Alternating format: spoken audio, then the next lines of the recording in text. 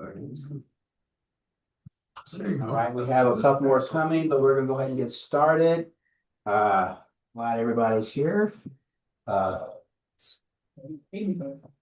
a good crowd. Becky's here. I think we have a couple more coming, but they'll pop on in when we. I didn't remember. I think that Regina was dealing with. She's right there. I was gonna say, I thought you were something with C, but we're good there. We're good. Okay, good to hear. All right.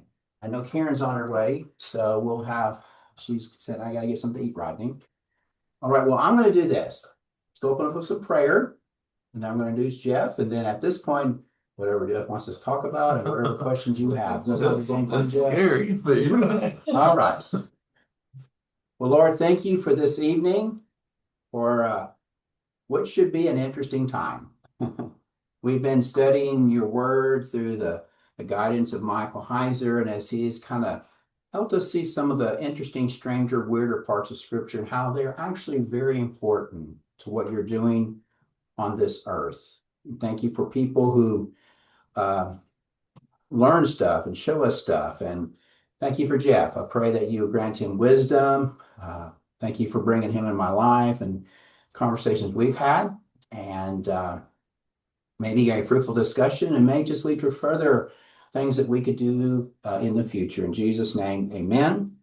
So I'm going to let Jeff go in more detail about who he is. I just want to say, basically, this is the fault of Regina and Julie. They're the ones that brought Jeff Nomus. They brought Jeff into my life, and so blame them. Yes, and I did go on a Bigfoot hunt with this gentleman, and that was quite. You don't trust to be in the woods with your life. Yeah. And I was, but yeah, so be it. And so then Jeff and I had we've had some good discussions, and I'll let him know. He knows that we've been reading Michael Heiser, and he's kind of aware of some of the weird stuff. So tonight we're gonna let Jeff talk, and then the way Jeff and I talked was, Jeff, whatever questions way they want to take this discussion, you're willing to go with. Anything. All right. We can get as weird as you want to get with it. Okay. And so Jeff, why don't you come up here, bud? And I'm gonna make sure I maintain Okay. and Becky, if you have any questions, jump on in. Becky's all the way down from Florida, Okay, great. and we've been friends since, I don't know, long time, Becky, long time. All right. What I'll probably do is I don't want to just stand and speak to everybody. I want to kind of just open the floor. I'll kind of introduce myself, and then I'll just kind of have a seat and we can talk here. That way we can still see everybody, and everybody can see us, and Becky can see us from Florida, and take part in this conversation. But the key thing for me is I've been a paranormal researcher for at this point over 20 years, a long time. And I've researched everything. I mean, anything you can imagine. I mean, from ghosts to Bigfoot to aliens to, just any weird circumstance. And I always tell people that, one of the bigger questions is, how did you get into this? Well, I got into this just simple out of curiosity. I was a very curious child, so I started reading books about anything, which there wasn't a lot when I first started going to libraries and getting books and things like that, because the internet didn't exist at that point.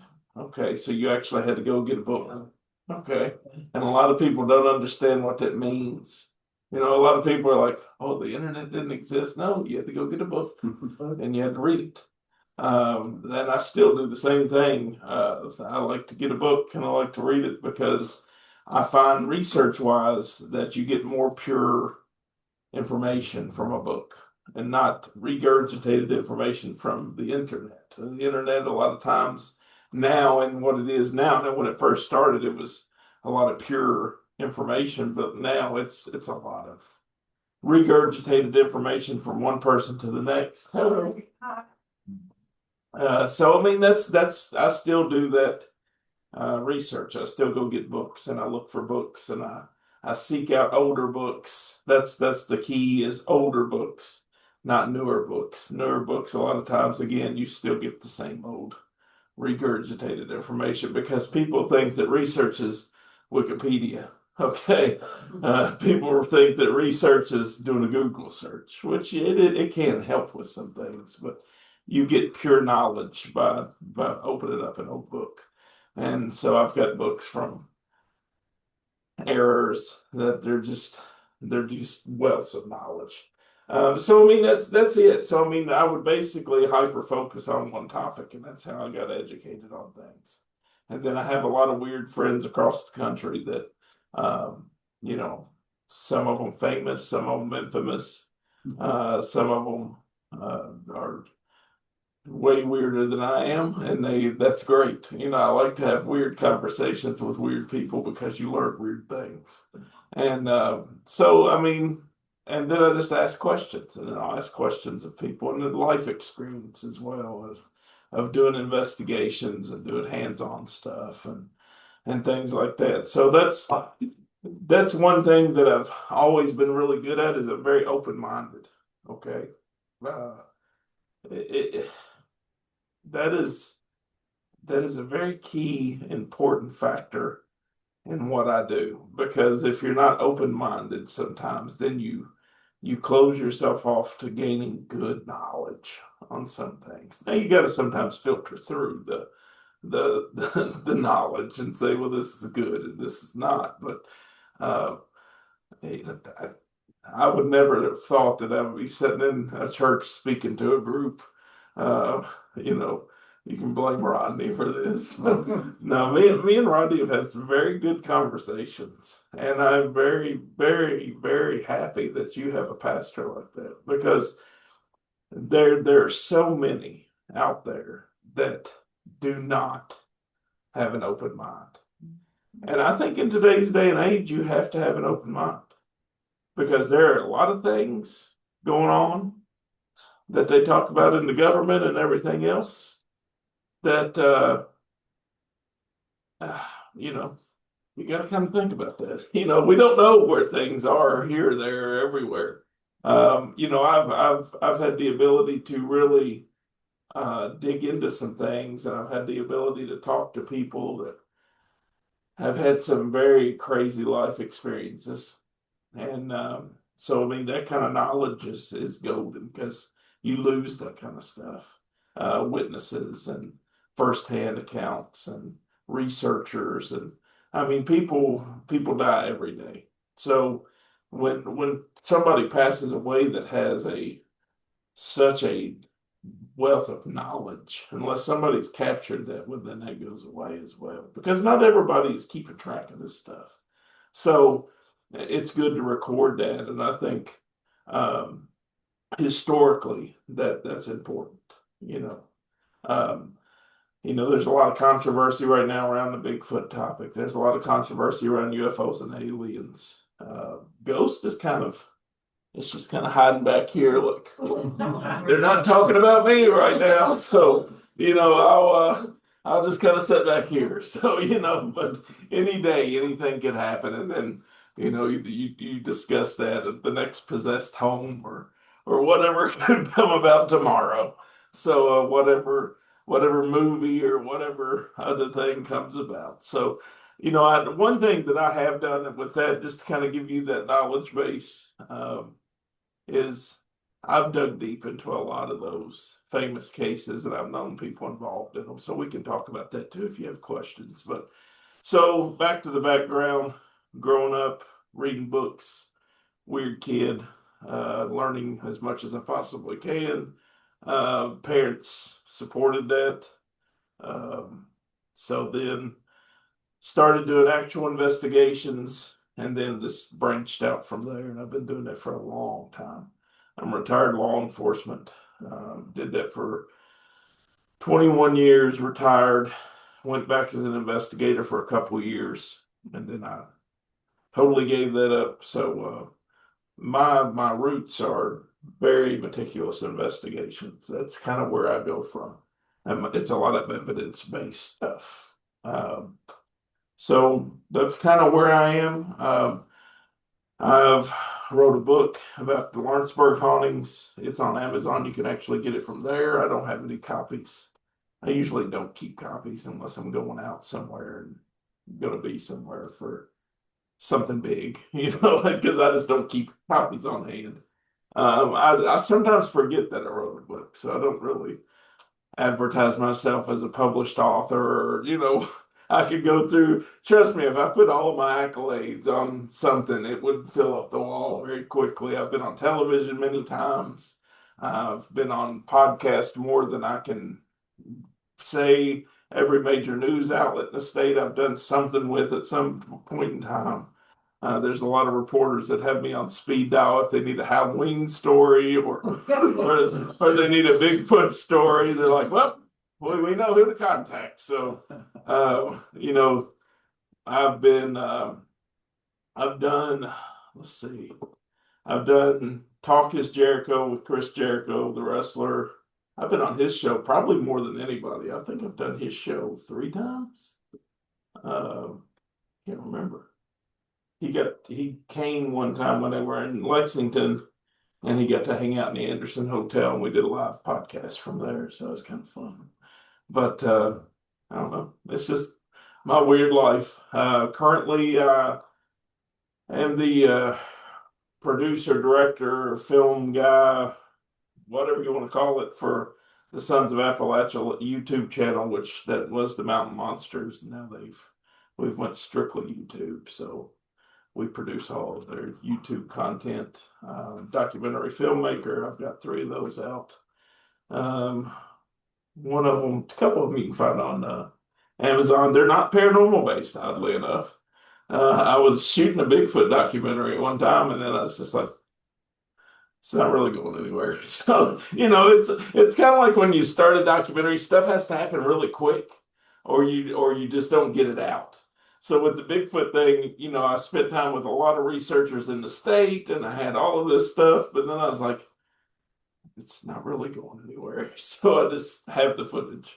But that's who I am. I really, really, really enjoy having discussions with people. I've done at the winery, I've done 4-hour blocks on everything you can imagine, from ghosts to UFOs to Bigfoot to conspiracy theory to all kinds of things, where people would go out and have wine and listen to me say weird stuff. And then we would have discussions. Now the discussions always came at the end when people had quite a bit of wine, so they got rather interesting. Uh, but I am very open to any questions that we may have. I want to. I know that I have.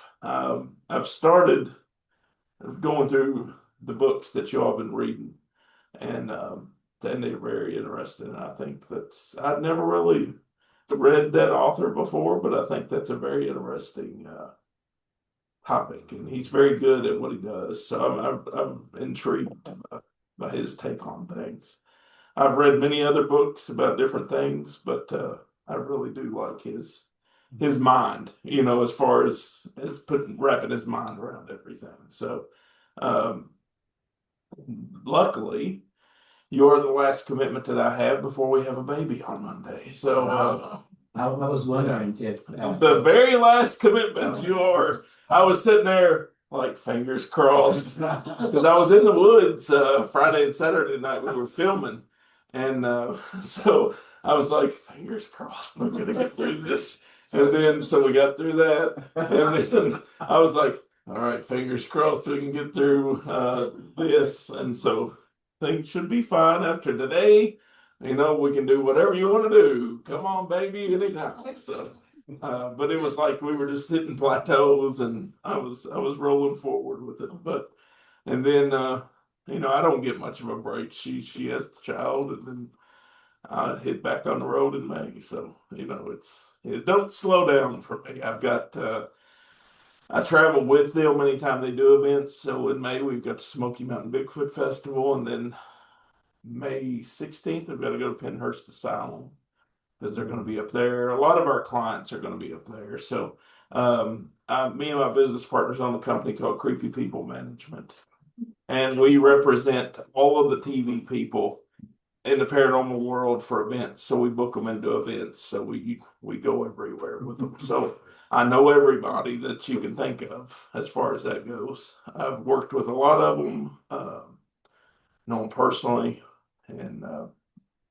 it's really interesting when you get into that stuff. So, but the cool thing is getting to go and see that stuff is you just get to hang out in haunted places. So, now before that, when we first started the company, we ran Nick Groff's tour. Nick was on Ghost Adventures and he left, and now he's had two or three other shows.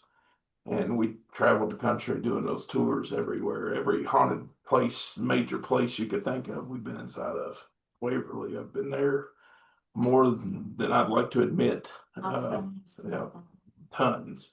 I've done I've done all kinds of places. But the cool part is when we do these events, we have to rent the place. So you get to kind of, just run around and go wherever you want to. So I've had the privilege to be in a lot of haunted places for a lot of times.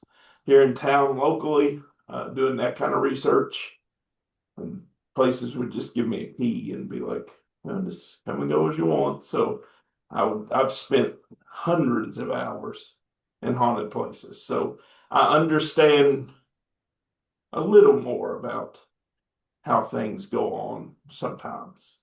I have theories about things like that, and we can discuss that. But So, Jeff, why don't you do that? Why don't you just start with your haunted house? Like, yeah, I'm just gonna throw a question out. yeah. I'm not guiding this, Hey, that's perfect. And so tell us about one that just really like. Well, I'll tell you, and I'm gonna sit down just for fun.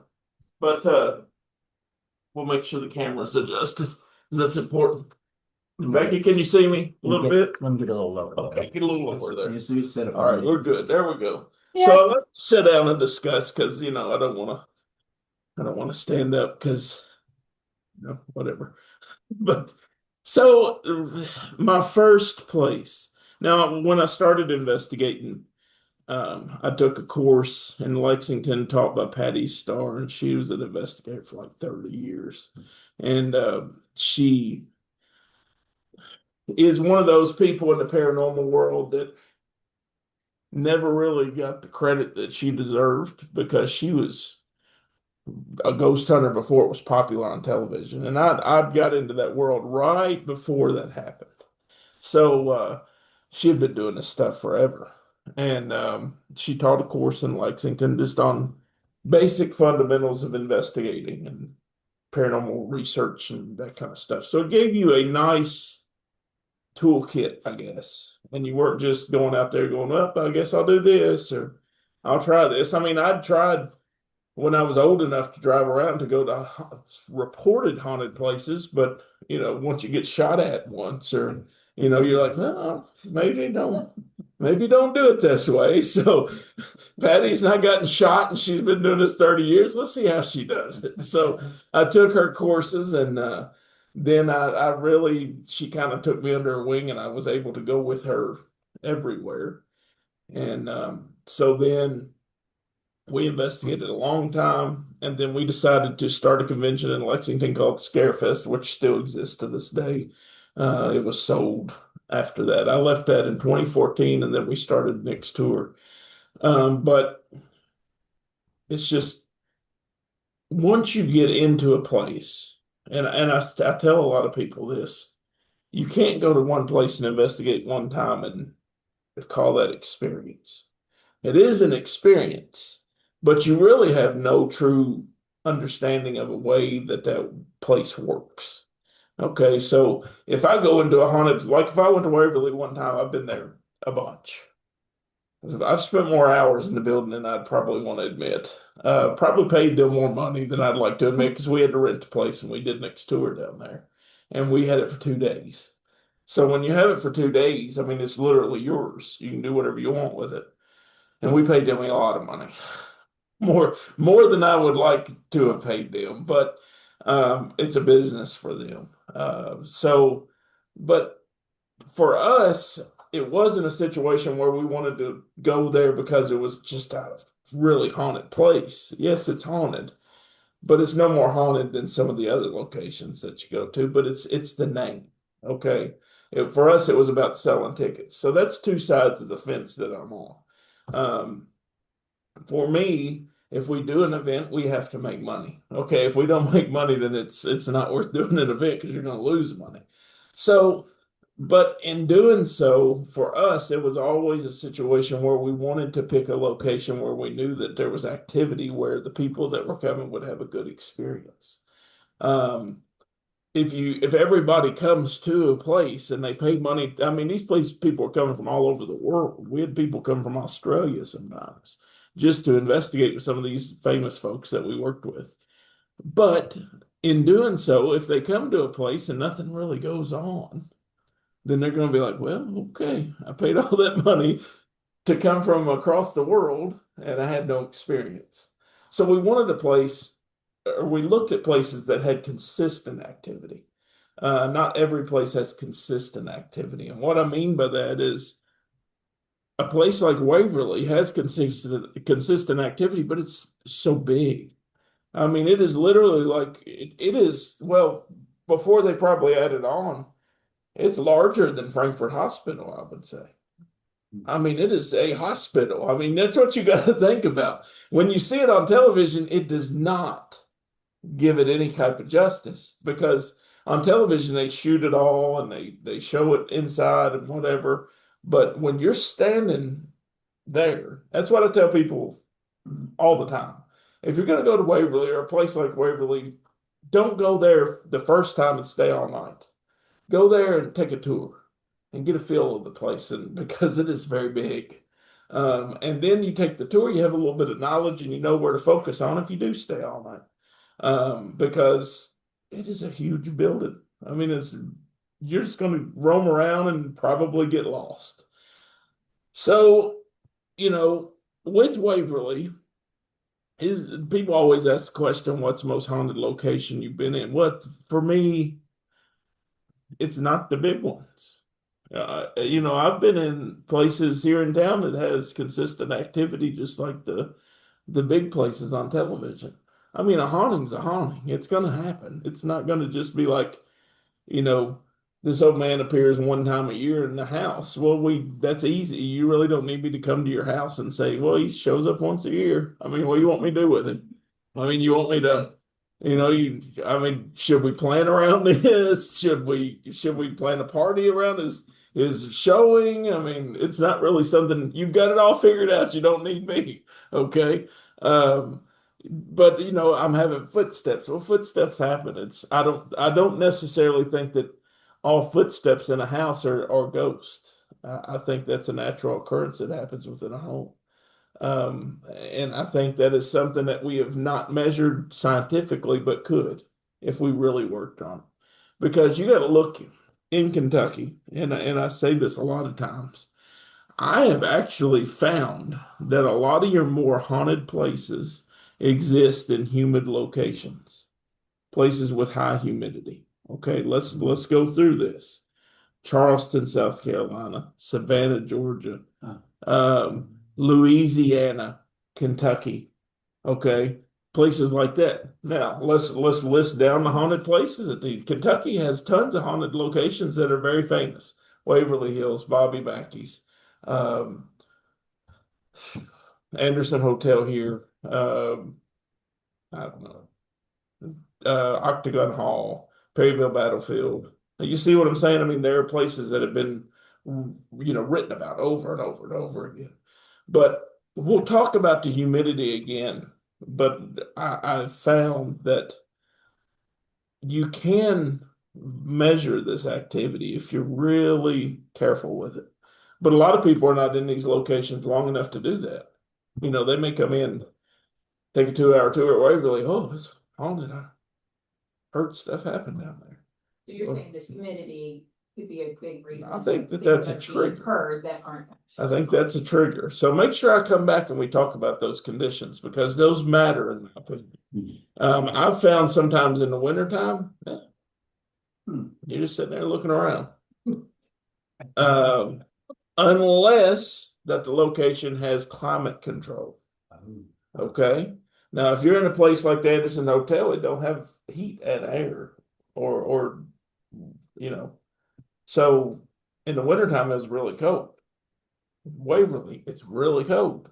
Well, when do they stop doing tours? After Halloween. For the most part, they don't kick them back up again. So there's nobody really doing a lot of consistent research in that time to figure out if that pattern exists or not. I will tell you that a lot of Waverly's history is not true. Okay. Yeah, it is a haunted hospital. Every hospital in the state is haunted. I guarantee you that if you focused on it, that every hospital, because people die there. Okay. Energies get stuck wherever there. Emotions are inside of those buildings. Okay. Emotions are what drives some of this stuff. You have energies inside of those buildings. Um, Now, here's the one that I have yet to be able to figure out in my brain is a place like Perryville Battlefield. Okay. I was their resident investigator for years. I was literally that's what they called me, and I had to run to the place. I was the first person ever to write a letter and ask permission to investigate the location. Everybody trespassed to that point. And the park director said, "Well, you're the first one to ask." So yeah. I was like, okay, great. So they gave me the run of the place, So I got to hold old muskets and things. I'd be like, "Can I touch that?" Sure. And then they'd pull it out of the case and let me look at it. And they'd let me go down to the safe and I'd be like, "I want to see things." And they'd pull out like the surgery kits and everything that they don't always have on display. Because there's a huge safe under that building at the park that nobody ever gets to see. And you get to hold in your hands these items that they had. The original hooks that they used to drag the bodies into the mass graves. They've got those. And so, I mean, it's just cool artifacts. And so, when you're looking at that stuff, you're like, see, those hold energy and those hold emotion. Now, I don't know why the ghost exists at Perryville, but it is very haunted. I mean, insanely amounts of activity there. I understand why that it can, but there's nothing to hold that, if that makes sense. There's no walls, there's no bricks. It's a field. So why wouldn't they just roam off? Who knows? I think that it's more of a situation sometimes there where it's not active haunted, as far as like you can talk to the ghost and say, "What's your name?" I think it's more of a residual. Now, let's talk a little bit about that for a second. There's intelligent and there's residual. Intelligence means we can communicate. It knows we are there in some way. Okay. Residual means it happens. Okay. It's like a recording, it just loops. It's more like a time loop. Um, you see the old man one time a year, you hear footsteps on your stairs, you hear a door shut, you hear a gunshot, whatever the case may be. I mean, at Perryville Battlefield, I heard more cannon fire where it just become normal to me. And people would go with me and they'd be like, "Oh, did you hear that? There was a cannon." And I'd be like, "Yeah, I hear it all the time." I mean, it was normal to me.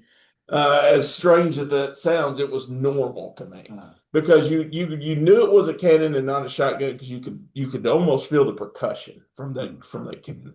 I grew up down in Georgia Mhm. and I went to Chickamauga Battlefield a lot. Yeah, that's a great one. They actually had an incident down there. What happened? They had dignitaries that were going around at dusk. And what happened? This is a wide known story. And it was humid, it was summer. So when you said that, I was like, wow, okay. They were turning around and there was a reenactment they thought that was going on. Mhm. And it was real. They went back to the ranger station and they didn't thank you for they said, Right. "What?" There's no way there. They said, Well, see "We don't do that they've had that stuff happen at Perryville, and I'll tell you some of those stories. Was we were able to talk to the reenactors a lot and things, and they had crazy stories. I mean, like people coming into their camps when they would be set up because see, Perryville is not owned by the federal government. Okay, so but they preserve it is probably one of the best preserved battlefields in this region because it is pure. They have not hardly touch the land, and they still acquire more as they can. Now, the thing about Perryville is there are certain areas of the battlefield where you know that a lot of deaths happen, and people call it, not just the layman's, but Civil War experts call it the most brutal battle of the Civil War because of the short amount of time that people lost their lives. And that's why they call it that, because it was not long. It was a very short battle, but you had 6,000 or more plus injured, wounded, dead. There was legs and arms stacked up outside the bottom house, all the way to the top window. There was bodies everywhere. And the cool part is one item that I had that I used as a tool was the battlefield had acquired one of the original diaries that one of the federal workers had used. So the federal government sent around so many years after the battles, Civil War was over, and they sent around health workers or whatever department it was. It was basically kind of like the Red Cross, but they were not the Red Cross. But their whole job was to go around and say, okay, this much damage was done to the farm. Here's the check we need to write. Here's where the bodies are of federal soldiers. The Confederates we don't care about. And they would go around and they would mark on the battlefield in their diary where these bodies were of federal soldiers. They would also mark where the Confederate soldiers were, where mass graves were, and they documented this, and then they would turn it in. Now, H.P. Bottom didn't get nowhere near the amount of money that he suffered loss wise because he's a Confederate sympathizer. And so the federal government was like, just give him this and he'll be fine. Because his farm was basically destroyed. The large majority of the battle was on his farm. And that's why that there's so many mass graves there, because what had happened was the Confederates retreated and they left all their dead or dying on the battlefield. Well, the federal soldiers were there as well. But so what really happened was the Confederacy won the Battle of Perryville, but they retreated. So that was seen as a loss. But when they left the dead or dying there, H.P. Bottom, his pregnant daughter, and his slaves were left with a mess. They had livestock running all over the place. The pigs were feasting on the bodies. There was the director of the park said that there was always a thing in Perryville that they didn't eat pork in Perryville for years after the battle because they had broke out and they were feasting on the bodies. And it was just a grotesque scene. So what they did was they took the bayonets, they bent them into hooks, and they drugged them into mass graves on the farmland. And they left dead or dying. Now some of these people weren't all the way dead, so but they knew they were going to die. And it was going to become a problem. So they just drug them in there and let them die in a pit. So think about those conditions. What do those conditions do? Those conditions, they conjure emotion. Now you got to think about this. Some of these men died so quickly that they didn't know they were dead. Boom, cannon hit, took out all these men, boom, lights out. Well, they're still fighting the battle. Okay. Energy wise, that's still going on. So I think that's what you're getting out there, because we've been out there before and heard gun exchanges. And I mean, in the dead of night, when you're sitting there and you're like, well, that's different. And then you hear, cannons going off. And we were out there one time, it had rained and it was very muddy out there. We heard a horse running full gallop on dry land toward us, and there was no horse. We heard men having full conversations down in one of the little areas where they took refuge. I mean, it is a very active place. But again, it is one of those places I was able to go to many, many, many times. And I was very respectful of the place because, and I'll tell you this story and then I'll get to your question. I was very conflicted, I guess, because you got to think that's almost a cemetery. Okay. There are so many people buried there that they don't know is buried there. They've never done archaeological digs or anything there. They don't allow it. But there's mass graves that they know of. There's graves everywhere. So I was very conflicted on, should I go out there and do what I'm doing? Is that respectful to them? And I remember I woke up one night and then standing in my room was, I know this sounds crazy, but it was a Confederate general in full dress Hmm. standing in the corner of my room. And I didn't react to it. It was kind of like I woke up, he was standing there. I'll never forget. He had a mustache, he had everything. I've still been trying to identify who it was. Didn't have his hat on, which is strange, but you could see everything. And he was standing in the corner of my room. I literally rolled over and went back to sleep. But what woke me up was something was pulling the covers. Oh. And so then I woke up the next morning. I was like, well, was that a dream? Was that real? Was that a sign for them to say, it's okay for you to come here? You know, was that a way for them to give me acceptance? So after that point, I was still to this day, I mean, I was always respectful. So if I got to the battlefield and I felt like I shouldn't be there, well, then I just turn around and come home.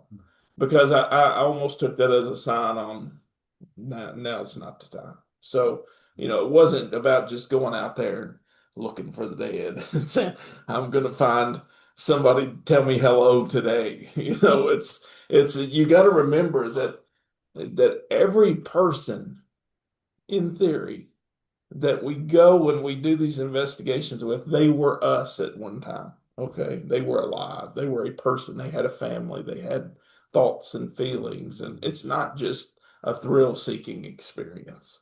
What question did you have?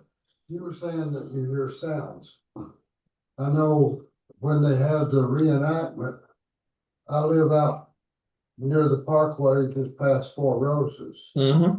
If it's quiet, I can hear the Oh, cannons. yeah. Well, you got to think you're not So far how from that. far do you hear them when the ghosts are? Well, when I was there on the battlefield, it felt like literally it was right there. You know what I'm saying? If So you're 100, 200 yards down away, are they hearing it? I don't know. And I think the people that live on those farms, because it's still largely vast farmland there. I think that the people probably say, the shotgun or, there's someone. But then also, you could probably sit there and say, well, they've heard it all the time. So they're probably like, oh, glad it ain't over here today. You know, glad he ain't running around over here because they understand probably what's going on because some of those people still have mass graves on their property. So, but I think with the battlefield itself, when I always heard those sounds, it was literally like it was there. You could pinpoint where it was coming from. And when you look back at it and research it historically, it was in the areas where these major battles during that battle had happened. Major losses here, the cornfield, the sanctuary down there close to the bottom house. I mean, we've investigated the bottom house. And then every house over there we've investigated. Yep. So, in your opinion, Hey, Becky, are you able to hear some of the questions here? Yes, I can hear. Thank you. Scientifically, mass created, protons, neutrons, so you have all this energy. So do you feel like that with the paranormal, are these souls that are trapped? Well, Or here's the thing that just you have to, one thing you have to always remember. Einstein said it best that energy cannot be destroyed, it only changes form. So if we are energy, when our energy goes away, call it a soul, call it whatever. I try to not go into that all sometimes because people don't understand what a soul is or they don't understand this. But energy, for instance, well, when that happens, the energy's got to go somewhere. It's got to go somewhere in the environment. When you look at us as creatures, okay, as apes or whatever you want to call us, because we're basically just apes, okay, that have learned to humanize ourselves. We have a force in us that makes us us. And now some call that a soul, some call it this, some call it that. I personally would call it a soul because when you're looking at yourselves, there's something that makes me different from Rodney, and there's something that makes me different from you all. We're all unique individuals.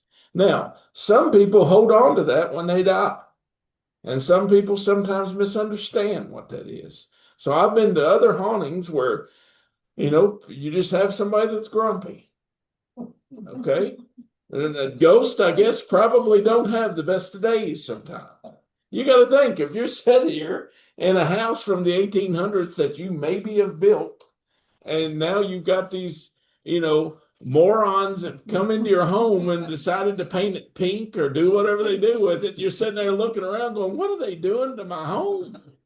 For instance, this is a great example that I give. The Rippey Mansion up here on Main Street. Beautiful home. I mean, I've spent more hours in that house. I still got a key to the house. But I've spent more hours in that house than, who knows, probably George himself, one of the owners. But I'll tell you the funny part about it was when I'd always wanted to get in there. Okay, so it was kind of the Scooby-Doo haunted house of the town. It always had shrubbery and stuff grown up. Now, some folks that have been here longer probably remember it before it had all of that. But you'd always kind of peek around the shrubs and try to look up there and be like, oh, look at that. But there are all these rumors and things. And so when George and his family bought the home at auction to save the house because they were descendants of the family, well, I was able to get in there. And I'll never forget the first time that I walked in is George gave me a tour, and you walk in there and you see everything, and I mean, it's just a grand mansion. I mean, it is beautiful. It was a horrible condition when they got it. It had a 5-foot beehive in one of the windows upstairs. The box gutters had not been maintained, so the outside walls had started the water had started to come in. I remember when, I mean, it was not inhabitable by any means by anybody but a ghost.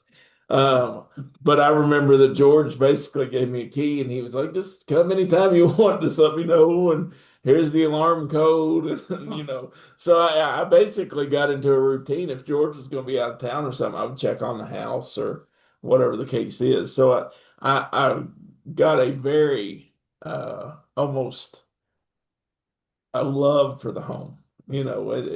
Houses to me have those old homes. They have almost like a soul, almost like a persona to themselves.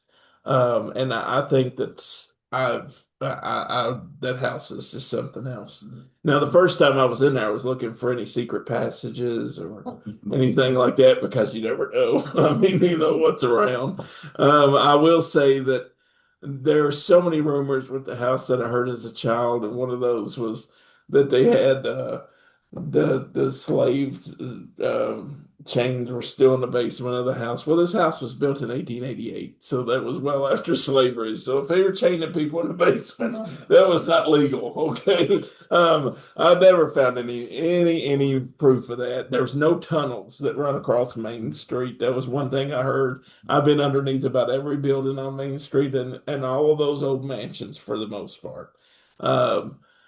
The Rippey house itself, though, it was large, and T.B. Rippey, you got to think he was the most successful sour mash distiller of his time. I mean, he made more money off bourbon than anybody of today's era does. And if you took his money from then, he was making. Oh, one article when I was researching his obituary was he was the first person to arrange a sale of liquor overseas for $5 million cash. Now that was 1800s, $5 million. So he was a billionaire. That's why the house looks like it does. It was the first house in town to have gas light fixtures. First house in town to have gravity-fed waterworks. It actually had running water in the house. It had butler pools.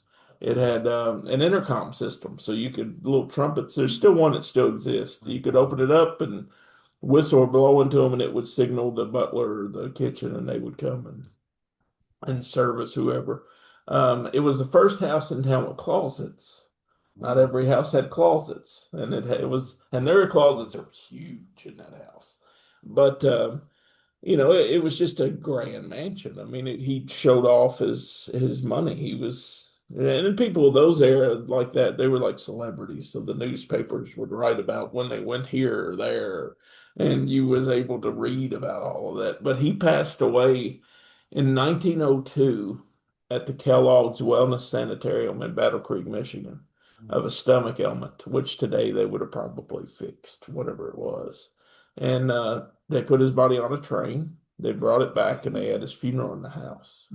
And that's how now the old newspapers here do the fires. They did not exist for that era, which I would love to have read. The newspaper here from that time period that he had his funeral, because I'm sure it was a great piece. But they covered his funeral in Carrier Journal, so that's why I was able to find and read about, how that. So that was one thing. I know that he was in the house when I investigated the house. I got a EVP that. What's an EVP? So an EVP is electronic voice phenomenon. It's basically where you record with a recorder or a digital camera or whatever, video camera, and you don't hear what it's saying. Okay. So then when you play it back, it's their voice of some kind. Now, if you hear it with your ear, it's just paranormal activity. It's not electronic voice phenomenon. So when we were doing these questions at the house, we didn't hear the answers, but you heard, can you tell us who built this home? And he says, I did, very, like strong. Questions of the house. Yeah, and then we would get these responses. And then so there's certain recorders that I use for that. They're older. I don't use a lot of newer equipment. A lot of older recorders. They do not have that built-in noise cancellation feature. So you do have that white noise and that static. And EVPs are one thing that we've not been able to kind of figure out how they work and how that we can't hear them unless I think it's more of a different frequency. It's probably the reason why. So in this circumstance, we ask it, well, can you tell us your name? And then you hear TB, and then the rippy kind of fades out. Because if they're talking on an EVP like that, they're not going to go. They don't have a tongue. They don't have vocal cords. It's just pure energy that you're getting. So, I mean, 2 or 3 good ones is maybe all you're going to get. And then the ghost is like, okay, I'm spent, pal. I ain't got time to sit here and, gallivant around with you all night. I'm a ghost, So in those circumstances, that's what we got. So my biggest thing was, well, is he really here? Why is he here? Well, we found out that after death, that his body was brought back to the house and they had his funeral there. So it connected him to the house after death because he didn't die there. Now his wife passed away there. Some of his adult children and folks passed away there. But what you learn about the Rippey house is it was a family place. They had their funerals there. They had parties there. They had a speakeasy probably during Prohibition because, that was always a rumor and we found some evidence that that's probably the case. So, I mean, we did find some stuff there. Now, I never felt anything there that was scary or anything. It was more of a very comforting feeling in the house. It was more of a situation where it was kind of a protective atmosphere in the house. Where have you been in one where it's been, oh? So it's weird situations sometimes, and some you can't explain, like with the Rippey house. It is that I've heard conversations upstairs between 2 men. I got a photograph of what looks to be a very tall man standing in the back mudroom. Yeah, it's about Rodney's height, honestly. And you can see the lapels on his jacket. You can see everything. And when I showed that to George, he said, well, that's very strange because he said, a lot of people didn't know this, but TV Rippey was a very tall person. He was almost 7 foot tall. And you don't know that because a lot of the pictures of him is from, shoulder up. So when you look at there's 2 full-size images I've ever seen of him, and one's in the house. It's him seated with his legs crossed. He's older, and you can see that he's very tall. And then there's another one of him and the family that I found at that hotel in Indiana. I forget what, it's something Springs, but they frequented there a lot. And he's seated on a rock wall with his children around him, and he's very tall, so you can see that. So I mean, I'm sure he hangs out in the house. I don't know why he didn't curse the woman that lived there before when she destroyed the place, because like I was talking about, she, for whatever reason, painted a lot of the rooms Pepto-Bismol pink. Oh, I know. Yeah, I know. George told me stories. Yeah. And You do yeah, she put yeah, she put down I'll tell you a crazy story is she put down leopard print everywhere. I mean leopard print, leopard wall, leopard wallpaper. Right. He was at Yeah. Woodstock. Yeah. Yeah. She was at Yeah. Woodstock. So she put down leopard wallpaper on the floors and put lacquer over them. And they like to never restored the place. And I was like, I'm sure the ghosts were sitting there going, "What?" Yeah. She had hold of him. I know. Yeah. She Well, almost destroyed that. her and Mr. Robinson that managed the hotel might have had some relationship at one time that I found later on. So, you when you're doing these ghost investigations, you dig into other things too, and you're like, oh well, that's unusual. But not everything that you run upon is that kind of paranormal. It's just a little unusual. Dr. Gilbert maybe haunting it a little bit. Hey, I will tell you this, that Dr. Gilbert's mother did have an experience in the house, and he won't talk a lot about it, but he said that one time she came down the stairs and there was a lady sitting at the head of the table in the dining room, and that was probably Miss Rippy because that's where they eat at. But yeah, I mean they've taught you get a little bit, you hear a little bit of rumblings, or when somebody warms up to you a little bit, they'll kind of tell you little things or a few things about things. But some people are like, they'll think I'm nuts. You can't let this out, because I mean, for instance, I mean, if you're a doctor and you're trying to treat people, well, you don't want people in town to be like, that doctor's nuts. He tells ghost stories all the time. So I mean, I've encountered a lot of people where they're like, I don't want to go on camera officially for this, but I'll tell you about this story that happened in this place or that place. City Hall is haunted. It's got activity there because there was a postal worker that actually died. Our city hall down the road. Yeah, that actually died he died on the third floor. And now my mother used to clean the post office and the police station. She would go in after hours and clean, and she started telling me these stories at the city hall, and I was like, there's a post office. I mean, why would a post office be haunted? And so that's what I had to figure out. So I always kind of call myself a history detective because I have to figure out the history of the buildings, and it's hard sometimes because you got to cipher through it all, and you look at it and you're like, this don't make any sense.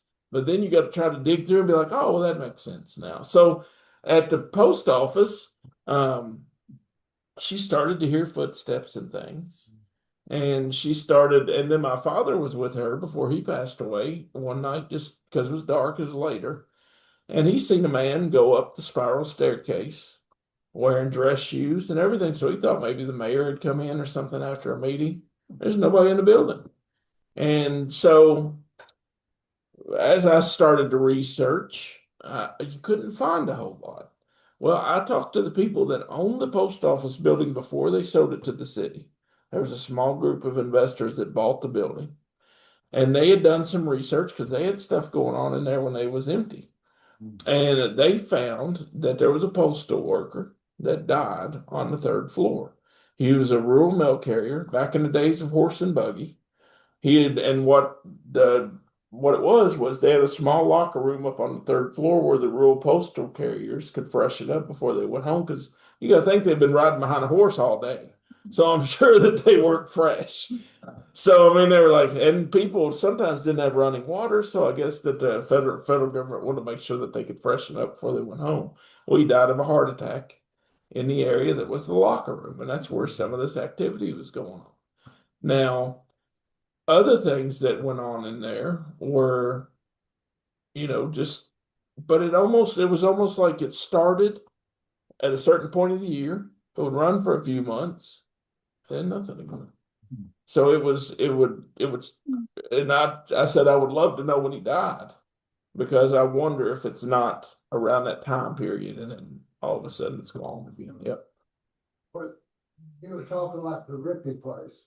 If it had been demolished,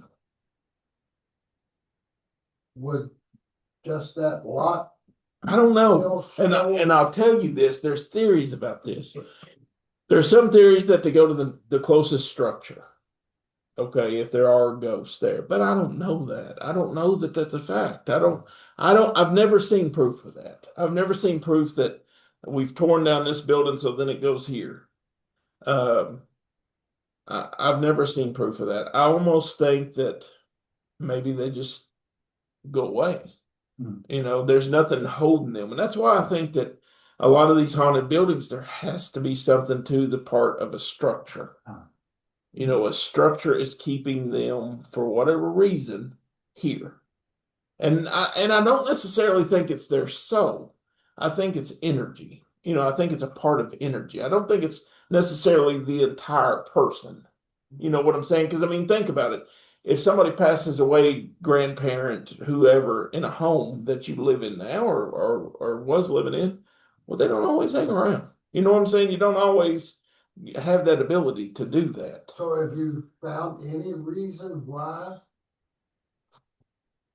Rippey stayed around and the next door neighbor didn't? No, but I will say that the Dowling house is one place I wouldn't want to live. It is not like the Rippey house.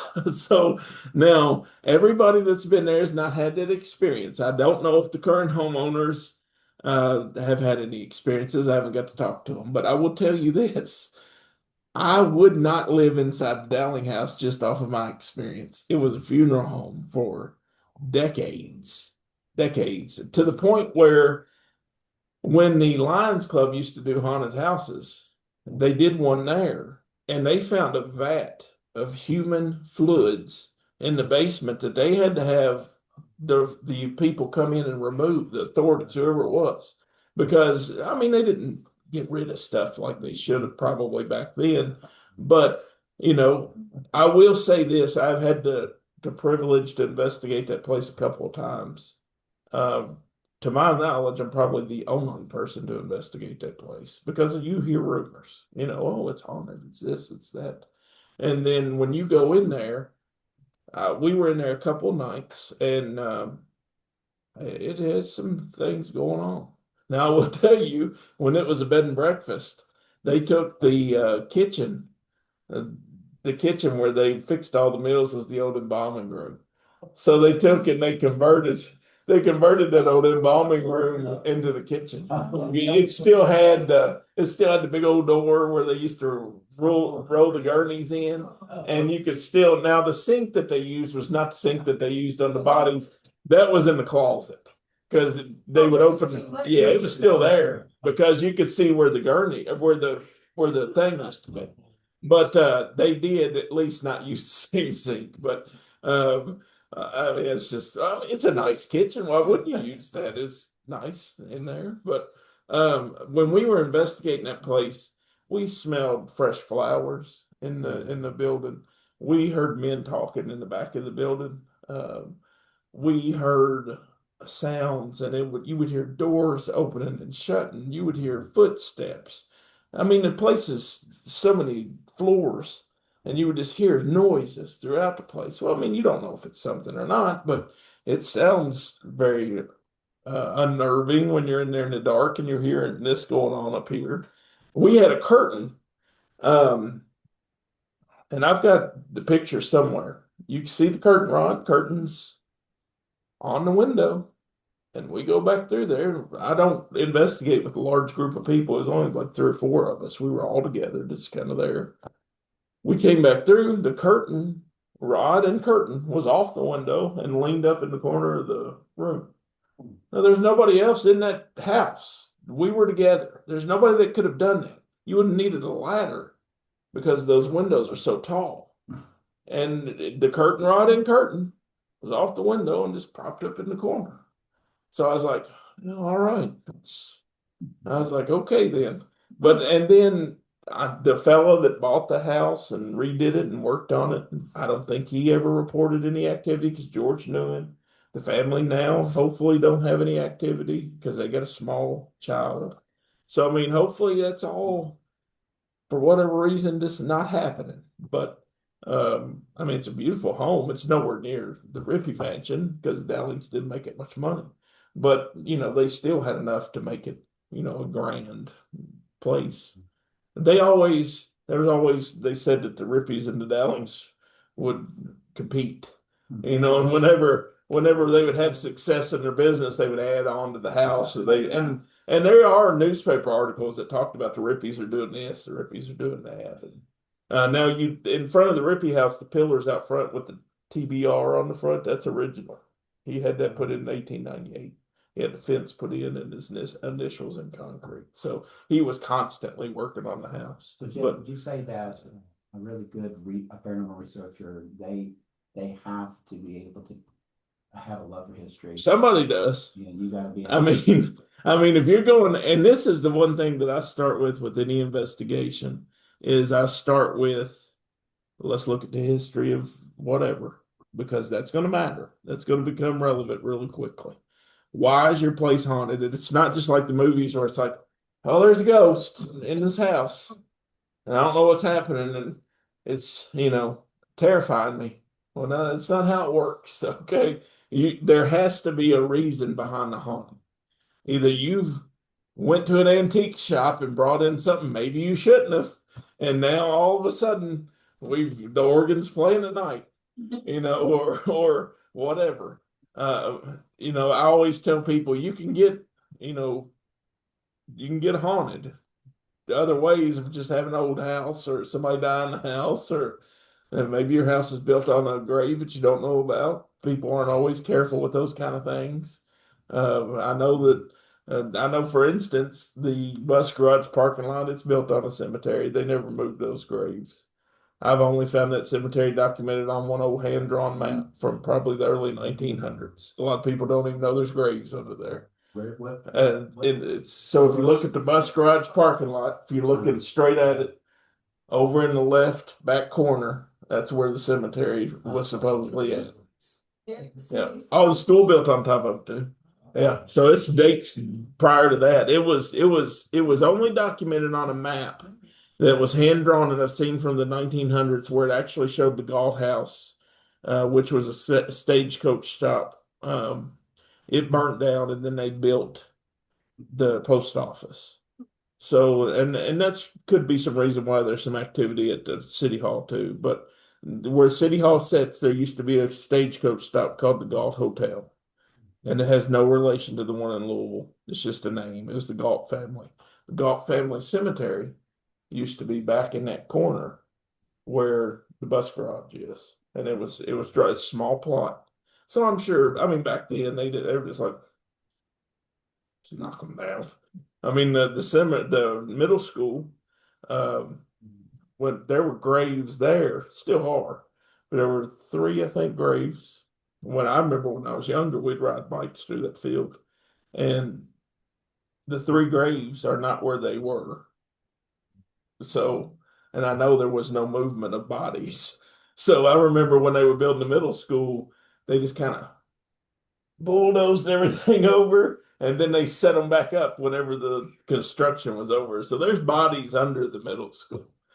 It's just not, you got to think, if there's nobody to hold people accountable, there's nobody to, say, well, you better take care of those. Then they'll be like, just scoot them over here, and then we'll just bring the headstones back and put a little something by the side of them, make them look pretty, and we won't tell nobody. And that's what happens a lot of times. Now, here's something I've never been able to find, but the graves in the old cemetery, the Rippies, the Dowlings, they were moved from another place. So they weren't always there. There's articles about that. So one of the original headstones ended up in the house somehow. So they didn't always look like they do now with the nice plot and the big thing. They were somewhere else and they had another smaller, kind of old timey looking stones and stuff because the Rippies had a child and it never had a name. It was 3 months old, never had a name, never called it anything. It was just called the baby of whatever, and its plots out there. But its original headstone ended up in the house somehow. I don't know if I don't know how, but we found it and it was in there and it was marker and it had the old stuff, but a child never had a name, never had anything. It was just I would say it was very sick whenever it was born, and they just did what they did with it. But and I'll tell you another thing that was cool about the Rippy house. We found a doll that its head was broke off partially, an old porcelain doll, and it was of that era, so it belonged to one of the children, and somehow it got into the wall.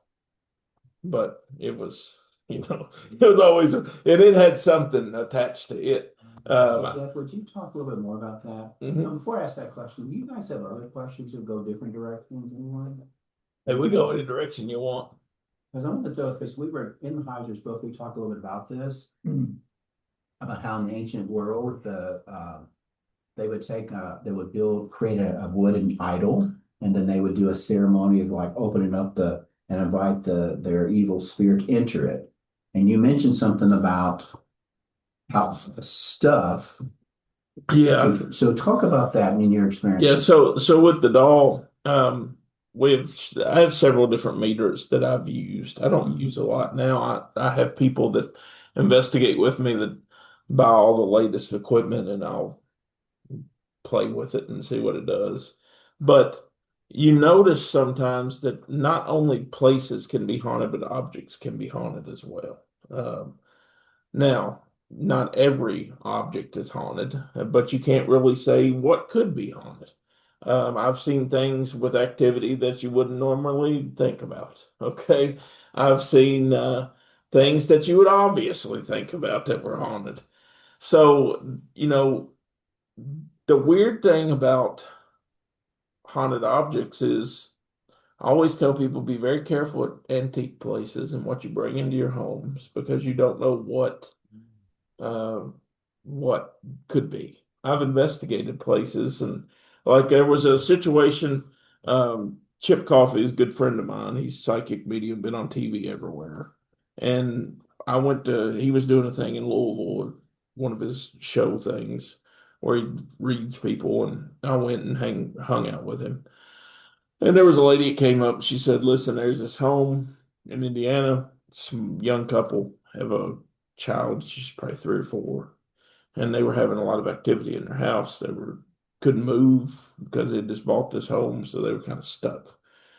So she asked Chip, "Well, can you help them?" And he was like, "Well, I'm in Atlanta. I can't, just, come here and go looking for your ghost because then I'd be going everywhere." So I was close. So I said, "Sure, I'll do this." Now, I will tell you this, that I don't do many residential cases at all anymore because when you do a residential investigation, it is a commitment. Okay. It's not just I can go to their house one time and say, "Whoop, you have 17 ghosts in your house. Good luck. I'm going to go home." It's because now I have to help them try to figure out how do we deal with it? What do we do? And what's going to keep me from running screaming from my home at 3 in the morning when the dryer kicks off or something. So, in this situation, anytime I investigate, it's a very small group. I don't take very many people at all. And so me and another investigator went over there. We did a walk through the house, had electrical meters and things because we look for normal circumstances that we can explain because that's kind of what we want to do is take the fear out of the haunted.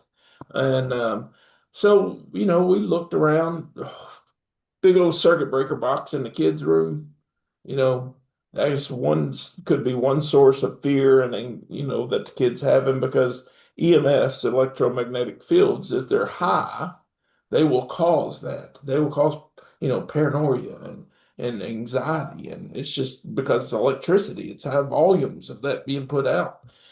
I was like, this is one thing you all may want to consider. Maybe that's why she's having these issues, that you can't explain.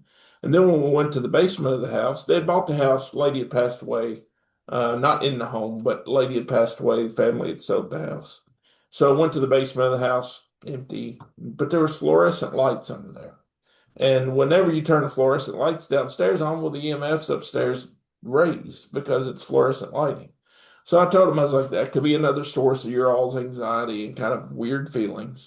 But there was a old piano sitting in the corner.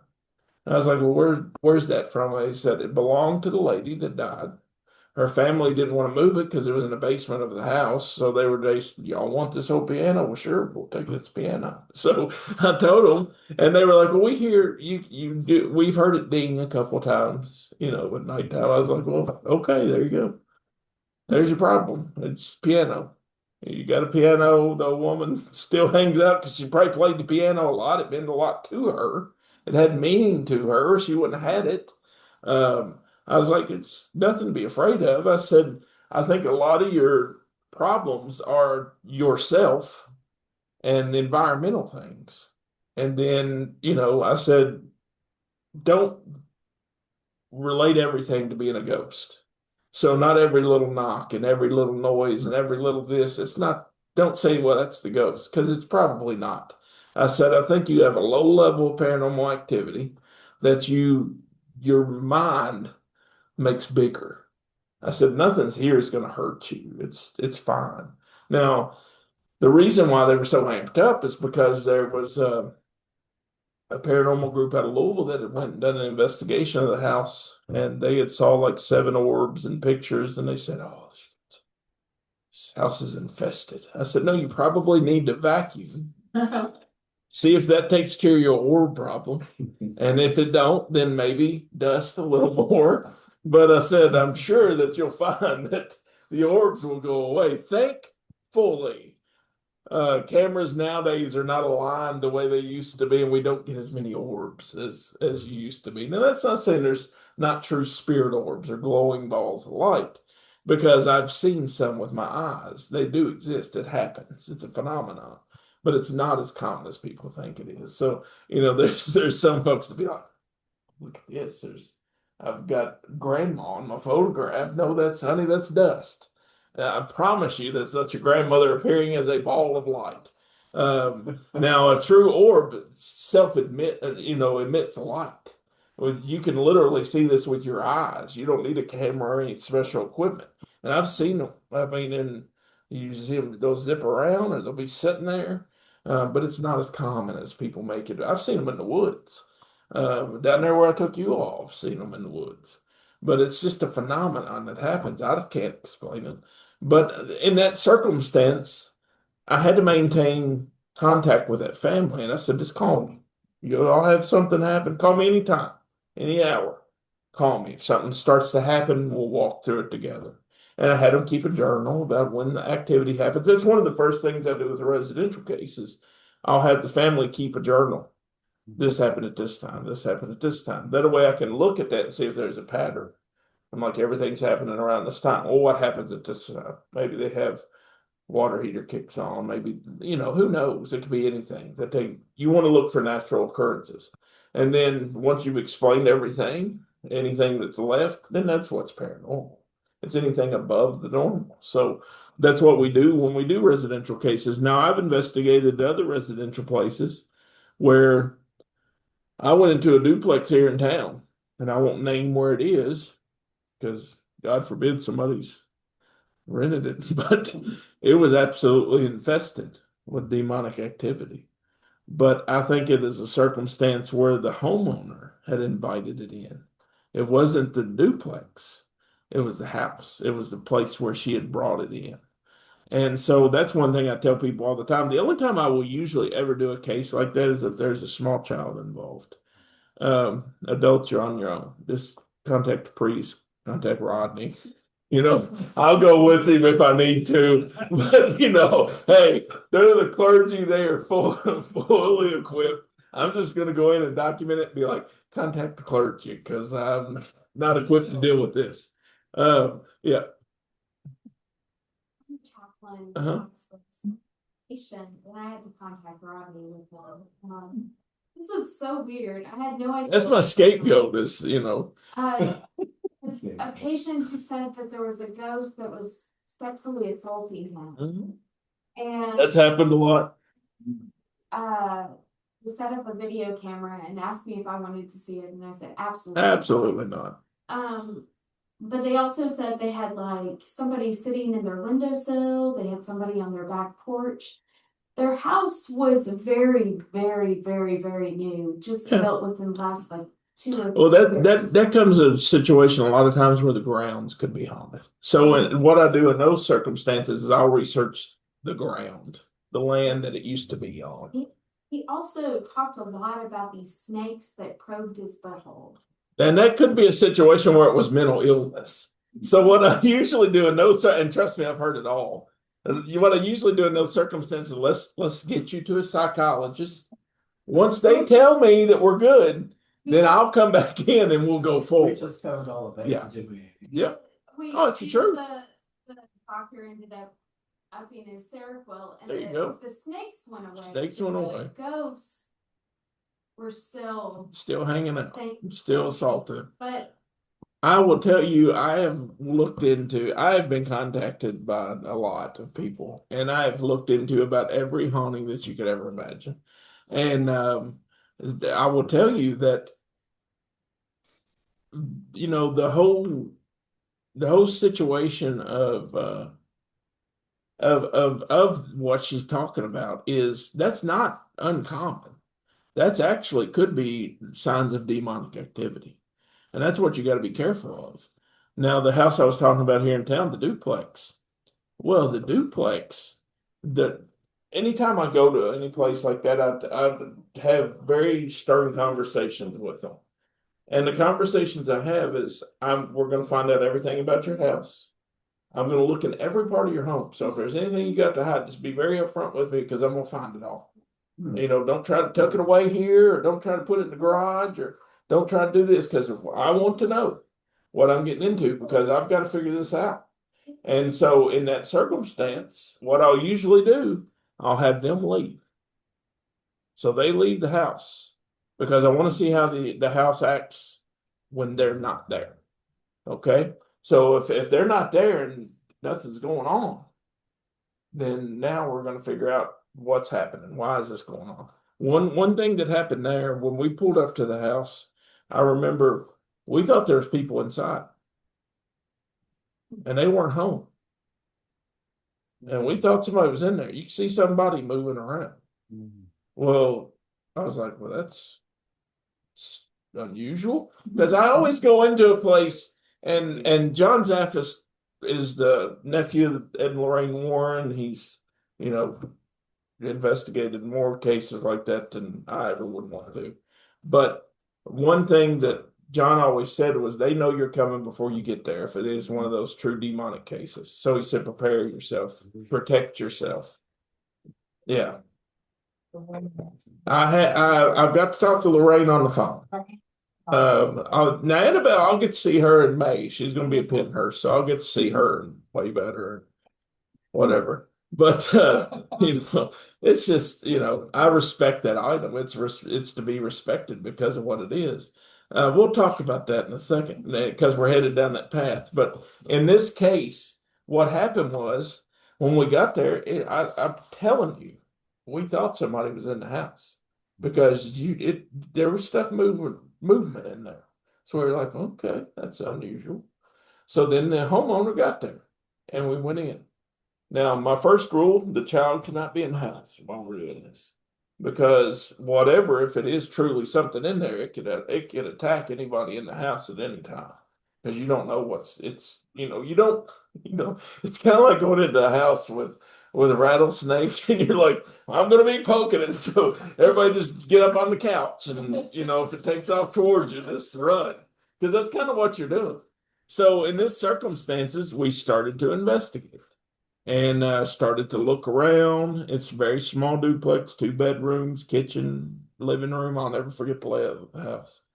we started smelling very putrid smell in the kitchen. But it wasn't a situation where it could have been a plumbing problem. It was like it was moving. Okay, so that's one of the first signs that you got to look for is a very putrid smell. So we tried to find a source, maybe old garbage out back, maybe the plumbing. Nothing. There was nothing there. It was like it was a ball and it was movable. It's like, okay, that's unusual. And so then, we continued through the house. We started to hear, it sounded like that the child's toys were being like thrown in their room, like moving, like stuff was moving in there. You could hear it. And I was like, well, maybe it's mice or something. So we went through, looked, there was nothing that we could see, and it was just happening. We got into her room, and it was just a regular room. The alarm clock was putting off a high level of EMF. I mean, one thing to check if you have alarm clocks. Don't sleep with something that, close to your head that's putting out like, 200 or 300 on an EMF meter because you may get a tumor eventually. That's not healthy. But nothing out of the ordinary. Well, we were looking through closets under the bed, looking everywhere, and we found an altar that was stuffed in the closet. And it was a circular altar, had a pentagram on it, had like grim reapers around every point of the pentagram with where candles would be, and you could see where the candles had been burnt. So I mean, it wasn't just a decoration, okay? It wasn't just Halloween and we stuck it in the closet. It was being used for something. And I asked them about it, and they were like, "Oh, it's just decoration." Well, we knew better. So one of my investigators that was with me, he went to turn the light on in the bedroom, and something cut his finger, and he started to bleed out of his finger. But there was nothing no objects, nothing sharp. We looked at everything after that happened, and we started to hear what sounded like low growls in the attic, and there was no wildlife or anything up there. I mean, it was just strange. So I was like, listen, I told him, and I was like, we got to get out of here because this is not what we want to deal with. We'll refer her to the Catholic Church or whoever she believes in, whatever religion she trusts. Go there and deal with it. So, and that's what I did. I said, we're not now after that. And this is another thing that, Zaphis was told me, he said, they know full well what you're doing. They know you're going to be there. They know they will target you. You got to be very careful. After that, my daughter was probably maybe 4 or 5 at the time. And so my sister-in-law had a dream that whatever this was targeting my youngest daughter. And my sister-in-law didn't know anything about the investigation, but she knew details that from the dream that she should not have known. And that was more of a sign for me from whatever to say, hey, back off. Um, you know, you don't want to mess with this. So I took that as a smart person and said, okay, well, good luck, lady. We're out. So if you want to deal with this, because basically we were never going to combat whatever that was because she had invited it into the house. So she had opened that door. And that's what I want to, that's one thing that you watch. And this is one thing that drives me nuts is people see the Ouija board as such an evil item. It's a board, okay? And it's made by Parker Brothers and they sell them, okay? The Ouija board itself is not an evil thing. Okay, we could bring one in and we could have it right here and it would be sitting right here. Don't mean it's well, I know, but it don't mean that it's gonna do anything. It's an item. So what the Ouija board is the intent that people put into it. Okay, we could take this cup, okay, and kind of try to conjure the dead with it. It's the same thing. No different than when I use a recorder to try to talk to ghosts. It's the same thing. So the Bible always talks about how divination is forbidden. You should not do that. You should not try to communicate with the dead like that. Well, any item can be used for that. So the Ouija board just gets a bad rap, okay? It's been used a lot. It's been used a lot, and that's because it's a common tool that movies and books and things use to contact the dead. So then now it gets a bad reputation about what it is. Now the old ones, the original witch boards that it's based on, yeah, I probably wouldn't want those around, you know. But you know, the thing you got to remember is, it's not necessarily that. It's just what its intent is. You know what I'm saying? So it's the intent that people do. So whenever people mess with that stuff, they open a doorway. So now that doorway is not immediate. That doorway may take whenever they want. They may hit you at your lowest point, and that's when they decide to come in and do things. It may not be when you're, midnight with your friends sitting around the table, with your hands on the planchette trying to contact, Uncle Tom or something. It may be, 2 years later when you're at your lowest point and now the demons decide to come in because it's an open doorway, because people don't know how to open and close doorways. They just leave it open. And they're like, oh, well, it's fine. I'm just going to go about my time. No, there's a way you open and you close things. And people always ask me the question, well, how do you protect yourself against whatever? To me, there's different things you can do. You can pray, you can carry things, you can do whatever. But all that does is give you a mindset where you can't be affected by whatever is there. Nothing can latch on, nothing can follow you home. Whatever you want to do, there's prayers that people do, there's objects that people carry. That's just to get your mind where it needs to be to go into these things. I just keep a positive mindset. Now you will have energies linger. I've been in some of these haunted places that's just ridiculously haunted, across the country. And yeah, you'll be in your hotel room and you'll hear a knock or you'll hear something and you're like, all right, I got a flight to catch at 5 in the morning. I'd like to sleep if you don't mind to go away. And it's energy sometimes lingers, but it don't attach and follow you home unless you want it to do that. Now, if you want it to do that, oh, trust me, things will find you and be like, ooh, I like this person better than where I'm at. So I'm going to go with him. So that's what you don't want to do. Now, objects can become haunted for that purpose. Now my wife has a strict no haunted objects in the house rule. I can't bring things in. Okay. She does. So there's no haunted things in the house. So I work in Frankfurt, doing IT work now after I retired, just to have something to do. So at my office at work, I keep all my haunted things on the shelves. So it's fun. I've got a hospital gown from Waverly and from the original hospital. Just fun, just cool conversation. So just no haunted stuff. Yeah, no, yeah, that's it. So guys, it's 7:45 and this discussion could go on and on and on. But I'm also want to honor everybody's time. I will say this. Jeff and I have been chatting, and one thing we've been chatting about is make sure I understand. I'm saying this right, Jeff. That I understood right. I actually been chatting with Jeff about the possibility about how I and him and maybe our church could find ways to talk about Jesus and different subjects and actually open up the community for that. And one of our goals is that however Jeff and I may approach it, that there is this bare minimum of stuff do not mess with. In other words, our goal is like whatever we think and how we interpret, like Jeff, there's some things that we want to help our community because so many people are dabbling in so many things right now. Well, you see things, television and movies, and then there's paranormal shows where people think they can just go out and investigate ghosts now.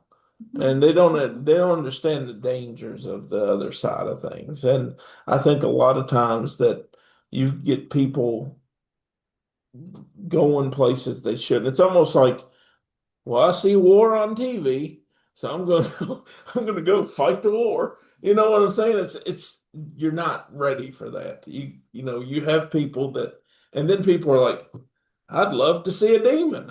probably not a good idea to do that. I'd love to go and stay in this haunted place for a night. No, probably not a good idea to do that. So, you have folks that, if not careful, they get themselves into a very bad situation very quickly. Now, I've took people in places a lot, and I've took people into the woods, a lot, and that's, I'll make sure that nobody's lost, or I haven't lost anybody yet in anywhere I've took them. Nobody's been possessed. Nobody's took anything home, so I've got a pretty good record there. But I will say that I have noticed, and this is one thing me and Rodney talked about, is the interest in this kind of stuff, no matter if it's aliens or Bigfoot or ghost or whatever the case may be, it has grown. And I think it's just because it's so readily available to people. You've got the internet at your fingertips right here with a phone, and you can look up anything you want. So I think that's why that it's really grown into things. Like I said, Bigfoot's been on the hot plate recently, and UFOs, but the ghosts have just been kind of in the background. Going, oh, they ain't talking about us. We're good. We gave them more attention. Yeah, we gave them more attention tonight. So guys, what we can do, guys, because I don't want to keep y'all longer than necessary. Becky, do you have a question or anything? No, not at this point. I'm just taking it all in. Yeah. I mean, let's answer some questions if y'all have any, and then that way we just know kind of where we stand on things. You can ask. You can literally ask anything. Yeah, you can ask Jeff anything. Trust me. I've had them all. Do you believe that if someone passes away and they didn't live in your house, they were very close to someone in your house, that they could just come and be fully visible? I think they can visit. I think, Visible, like, yeah, I all the think, details, like, yeah, I think that they can visit, and I think that's a situation where we don't understand it, but I see that a lot of times. Um, I view death differently. If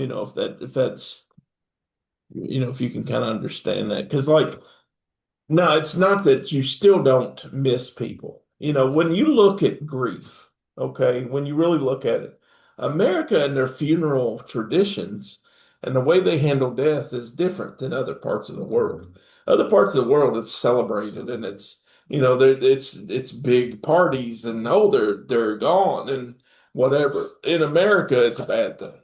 Okay, so it's grief, and I think that's where that people in America have so much grief. Grief necessarily is not. It's more selfishness. When you really look at grief and you break it down, it's because we don't want to let that person go. We don't want them to go anywhere. We miss this person.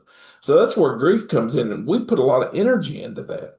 So I think sometimes people starve so much, and I've seen this happen with people where they have been so grief stricken that they have had things come to them because they're wanting so bad to make that connection. Well, what you're really looking for is that connection to the other side. So when you're really thinking about that, you're opening a doorway. And so now not grandma may not come through that doorway. It may be something that you do not want to come through the door. And then you're like, okay, grandma never growled before. You got a problem.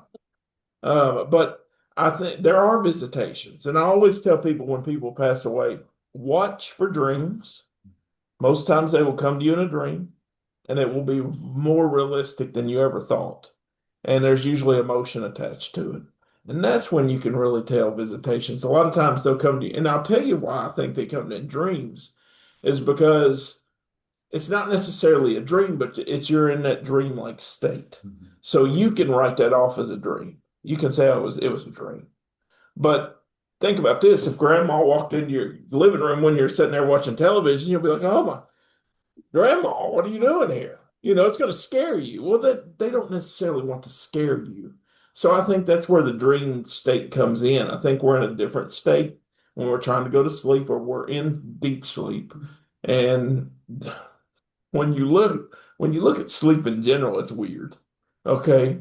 Look, it's like we just go away for 8 hours. If you dream, okay, you may have a dream happen, but then it's like you just go away for however long you sleep, and up suddenly I'm back again. Sleep is strange when you really analyze that and how it works. So I think that's why we get that. I mean, they can visit. I just think that they do it in a way where it's not as weird and scary, but they'll let you know it's real. I mean, you'll know. Very in tune. Uh-huh. Oh yeah, that's possible. Was there, when her principal died at Robert B. Turner, they had the memorial, we were walking around and they had, photographs and everything of him. And she said, well, I saw Mr. Reese. Yeah. I was like, well, where did you see Mr. Reese? He's like, he was on the stage standing behind the curtain. You didn't see him? I'm like, nope. I will tell you this, that so here's one thing to look at. We all have abilities that we don't know we're capable of having. When you look at the human brain, we don't use a lot of it. We all have things that we could use. I have become in tune to where if I'm in a haunted location, I have different feelings of things. It's not that I'm psychic, it's that I've become so, in tune to things. And I find it's more darker energies. Like if somebody was killed here, something bad happened here, it's a very dizzying feeling, is what I feel. So me personally, I've had, and I don't try to use that, but it's just all it is just intuition. Okay. Now, younger children have this a lot more than adults do. Because here's what a lot of people don't know. When we are born, we start to lose our hearing gradually. Some more than others, but gradually over a lifetime. So if you remember years ago, there was that ringtone that kids used that adults couldn't hear. It was high-pitched noise. And they would use that where if their phone was ringing in class, that the teacher couldn't hear, but they could. Well, it's because their hearing is a little more sensitive. So we have abilities that we lose. I think as adults and as we get older, we close ourselves off to things because whether it be beliefs, whether it be whatever it is, I think we just decide not to do that. Now, some people can't get around it. And I've seen some people that it's almost like an affliction. They cannot stop seeing things. And you got to think about this. If I see dead people all the time, and I don't know how to control this, it's going to be traumatic for me.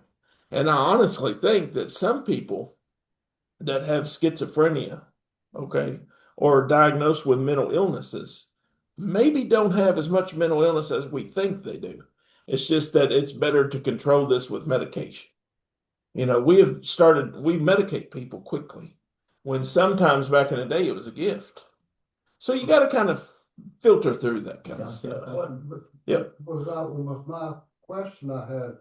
In today's technology and stuff, you take a person that maybe had a real troubled life and they donate organs. Mm-hmm. Are they transporting things to other people? So here's what I've seen with that. There have been some cases where, and there's a name for it that they've had happen where it's almost like there's a sense of that person. Okay, but it's certain things, I think. I think a heart, possibly, eyes, people that have gotten corneas, they have reported having dreams and stuff of different things. So you got to think, yes, you are inheriting a part of that person, but it's an object. But there has been cases where they have known stuff about that donor that they should not have known because all of that stuff it's anonymous. They don't know where this came from or who it was. All they know is it was tested and vetted and it's safe to be there. But there have been circumstances where this person that received this organ have known things about the person that they got the organ from that they didn't find out till later.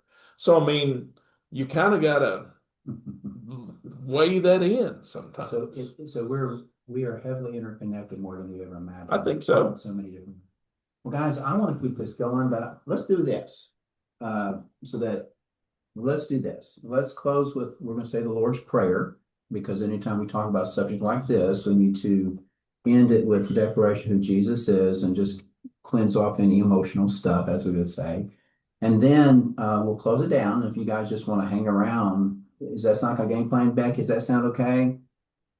Sound good? And then next Wednesday, we'll continue with this book, or the odds are you guys will probably bring up questions about stuff, which is okay. And then the Wednesday after that, 2 Wednesdays from now, Father Steve from St. Lawrence is going to come in here. Who's actually going to talk some about the ministry of exorcism in the Catholic Church and some of his own experiences in casting out some evil stuff. And I will tell you a good question to ask him is the proper way to use holy water. Yeah, Because that is a good question to know, because not everybody knows the proper way to use holy water. And I believe how long has he been? He's been there a long time. yeah, Right? he's about going on third or fourth year like me. Yeah. Yeah. So whoever was the priest before actually told me when I went there, and he was like, when you use this, here's how you have to get rid of it. You can't just be like, well, I'm done. And just, so that is a very good conversation to have, because it is a tool to have to protect yourself. Well, let's do that. We'll close the Lord's Prayer. Actually, Karen, would you come up and lead us in the Lord's Prayer? No, we just lead us. Can you lead us in the Lord's Prayer? Start it off for us, sister. Who art in heaven, hallowed be thy name. Thy kingdom come, thy will be done, on earth as it is in heaven. Give us this day our daily bread. Forgive us of our trespasses, as we forgive those who trespass against us. And lead us not into temptation, but deliver us from evil. For thine is the kingdom, and the power, and the glory forever. Amen. So I'm going to close the class down. Okay, Becky? And then if y'all want to hang out with Jeff and stuff like that. And next Wednesday, we'll finish this book up, or we'll see what happens. And then Wednesday after that, and then we'll probably have some special topics. We'll figure that out and go from there. All right, we're gonna close it down, Becky, okay? Everybody say Okay. goodbye to Becky. Bye-bye.